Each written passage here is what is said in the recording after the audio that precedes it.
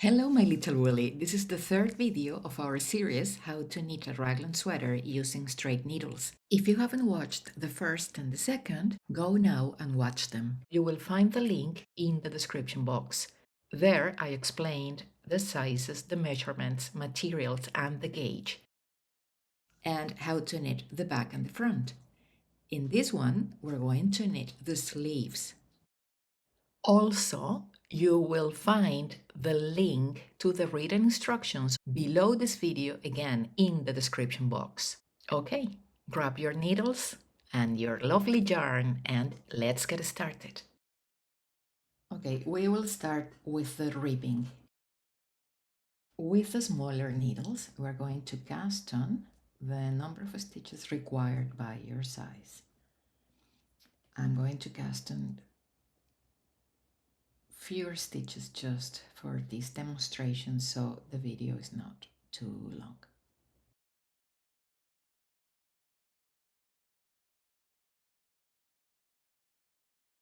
Only for these sizes, if you're knitting the size S, you will see the instructions after these.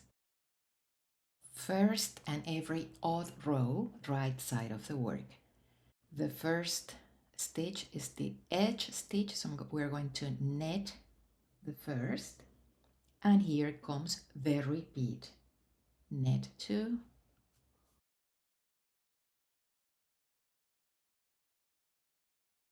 purl 2,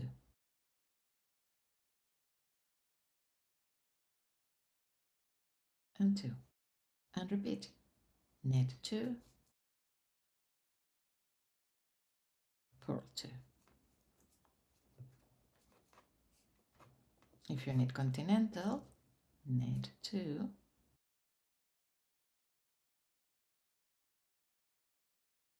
purl 2.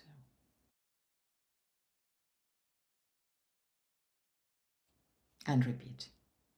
Knit 2,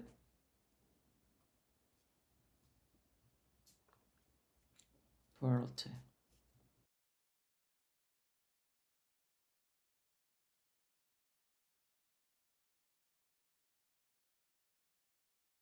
And repeat until there are 3 stitches left.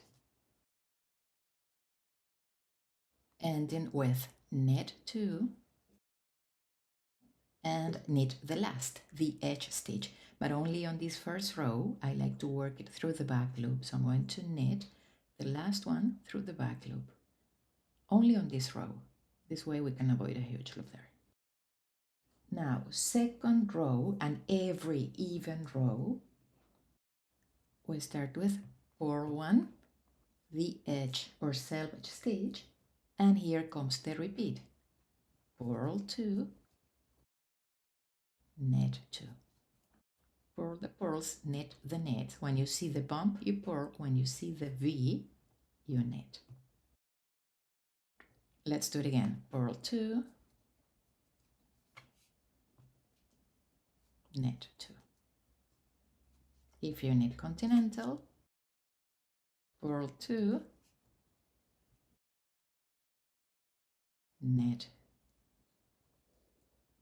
2. Once more. Purl 2,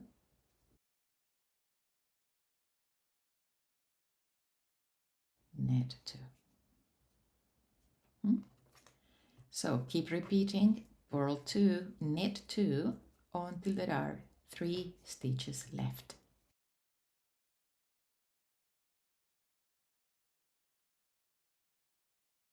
Ending with purl 2, 1, 2, and purl the last, the edge or salvage stitch.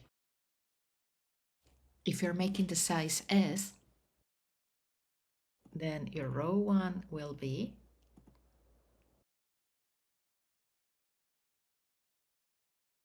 and your row 2 will be.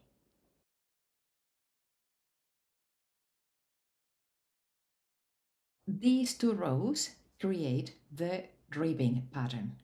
Repeat them until you have 5 centimeters or 2 inches. This is around 16 rows, more or less, okay? And I'll see you there. Okay, after your 5 centimeters or 2 inches, this is how your ribbing looks like.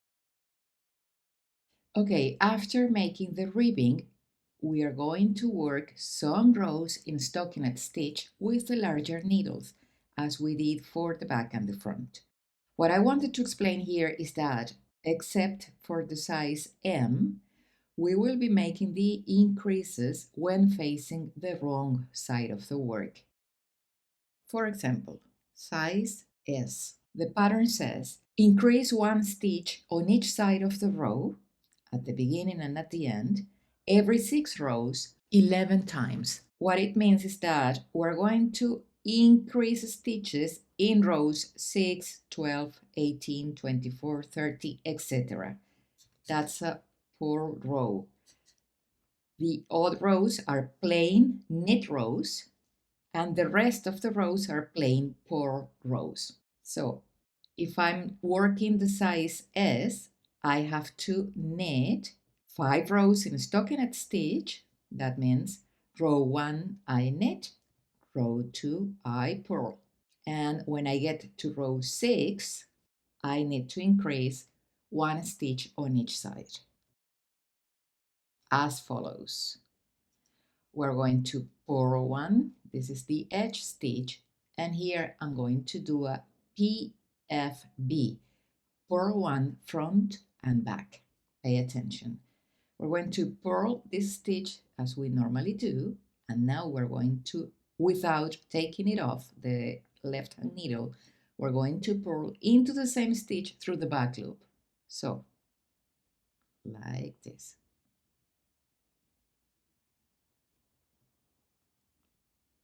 Now we're going to keep purling until there are 2 stitches left.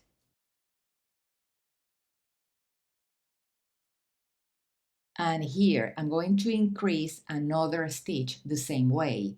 Purl 1 front and back. So I'm going to purl 1, don't take it off, and I'm going to purl into the same stitch through the back loop. So we have increased 2 stitches, and end the row with purl 1, the edge stitch. This is how it looks. If purl front and back is difficult for you, don't worry. We can do the KFB, which means knit front and back. So knit 1, as you normally do, don't take it off, and knit into the same stitch through the back loop. You have increased 1 stitch, and end the row with purl 1. So it's up to you. You can make the knit front and back always after the first stitch and before the last one. Then at the end of the increase section, you will have 22 stitches increased and 66 stitches remain. Now, if you're doing the size M, this is how it looks like. Increase 1 stitch on each side of the row at the beginning and at the end, every 5 rows 13 times. So we're going to increase in rows 5, 10, 15, etc. The rest of the odd rows are plain net rows, and all the even rows are plain purl rows. So if you're making the size M, you have to increase. The first increase row is row 5. Imagine this is row 5. You're going to knit 1, the edge stitch, and here KFB, knit 1 front and back. So knit 1, don't take it off, and knit into the same stitch through the back loop. 1 stitch increased. Now knit until there are 2 stitches left.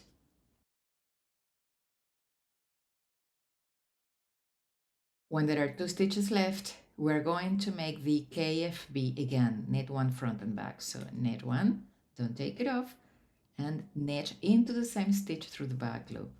You have increased to 1 stitch more, so 2 stitches in total.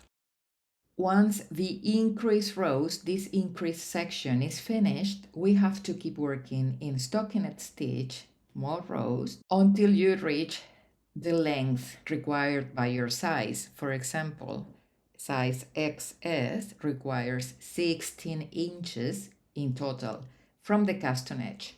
That's how you measure. And now we're going to make the decreases for the armholes. At the beginning of the next 2 rows, we're going to bind off a number of stitches. The number will be different depending on the size. For the XS, the smallest size, we have to bind off 4 stitches. So knit 1,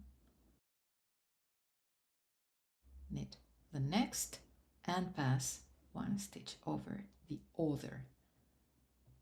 This is 1 stitch. Knit the next and pass 2 stitches. Knit the next and pass 3 stitches. That's everything I'm going to bind off. You will have a different number, so please check the pattern. And knit to the end of the row.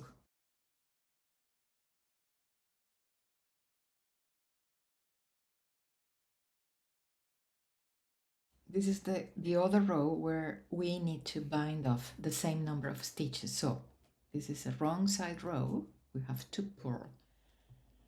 Purl 1, purl the next, and pass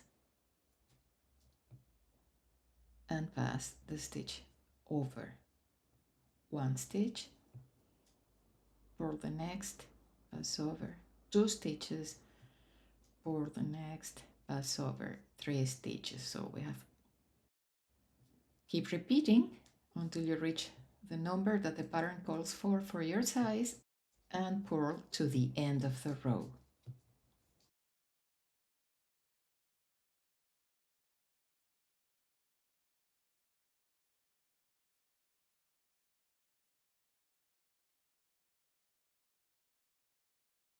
Okay, it's time for the Raglan line. The good news is that the rows will be worked exactly as before, as we did for the front and the back, but the number of stitches will be different at the end, so please check your pattern. Once the Raglan line is finished, it's time for the ribbing. The following instructions are only for these sizes. If you're making the size S, you will see what to do after these. First row, right side of the work, with a smaller needle, knit 1, the edge stitch, and here comes the repeat. Knit 2, purl 2.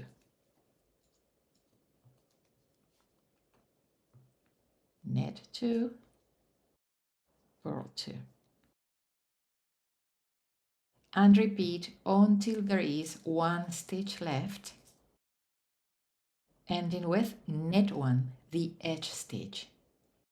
Take the large needle, put it away from you, take the smaller one, and row 2 and every even row, or 1, the edge stitch, and here comes the repeat. Knit 2,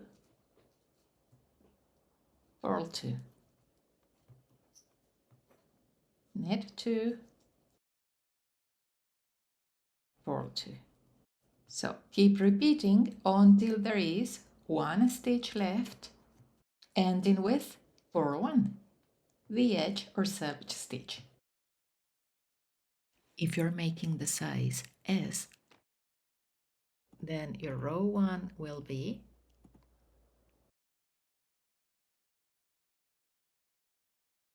and your row 2 will be. Now repeat these 2 rows 3 more times, so you have 6 rows in total for the ribbing. Row 7, facing the right side of the work, is the bind off row. So knit 1, knit another 1, and pass 1 stitch over. Knit another 1 and pass. Now purl 1 and pass, purl 1 and pass. Knit the knits, purl the purls, and pass over. And repeat to the end of the row.